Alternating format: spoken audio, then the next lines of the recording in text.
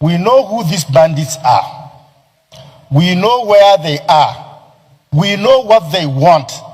What is left for us to conclude? If we are going to do negotiation, do it and finish it. If we are going to fight, we'll fight it to the finish. What is the big deal? We know everything. Why are we covering? Why are we covering all these things? And I want to align myself with distinguished Senator Abaribe. Sir, the issue that must take precedence is who withdrew the soldiers from Maga Primary School, on whose instruction.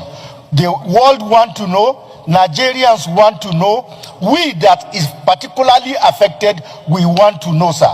Because if we don't get to the bottom of this incident will be repeating itself. Thank you very much, the Senate President. We know who these bandits are. We know where they are. We know what they want. What is left for us to conclude? If we are going to do negotiation, do it and finish it. If we are going to fight, we'll fight it to the finish. What is the big deal? We know everything. Why are we covering?